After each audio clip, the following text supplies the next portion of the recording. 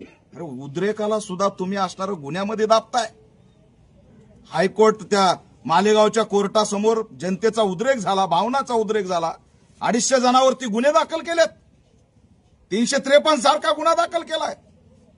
मला आता काही भीमसैनिक भेटले होते मालेगावमध्ये, ते म्हणतात आपल्या तरुणांची वस्त्यांमध्ये कोम्बिंग सुरू आहे भाई, रात्री येऊन उचलून न्यायला लागलेत, तपासायला लागलेत, फुटेज काढून व्हिडिओ काढून। तर म्हणजे न्याय मागणं सुद्धा गुन्हा आहे। ती घटना किती गंभीर आहे, त्याच्या वेदना किती गंभीर आहेत, आमचं दुःख किती मोठं आहे, संताप किती या जनतेमध्ये, त्याची किंमत नाही।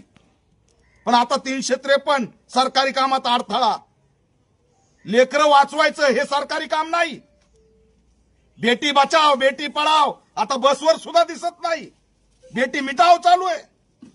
सोनगीर बाजूला तिथे एक लेकरू गेलं, हे एक लेकरू गेलं, रोज अल्पवयीन मुलींना टार्गेट केलं जातंय। जरा एकदा आकडा तरी काढा, हिम्मत असेल तर गृहमंत्री, की महाराष्ट्रात अल्पवयीन मुलींचं नेमकं काय झालंय। धक्कादायक आहे सगळं चित्र।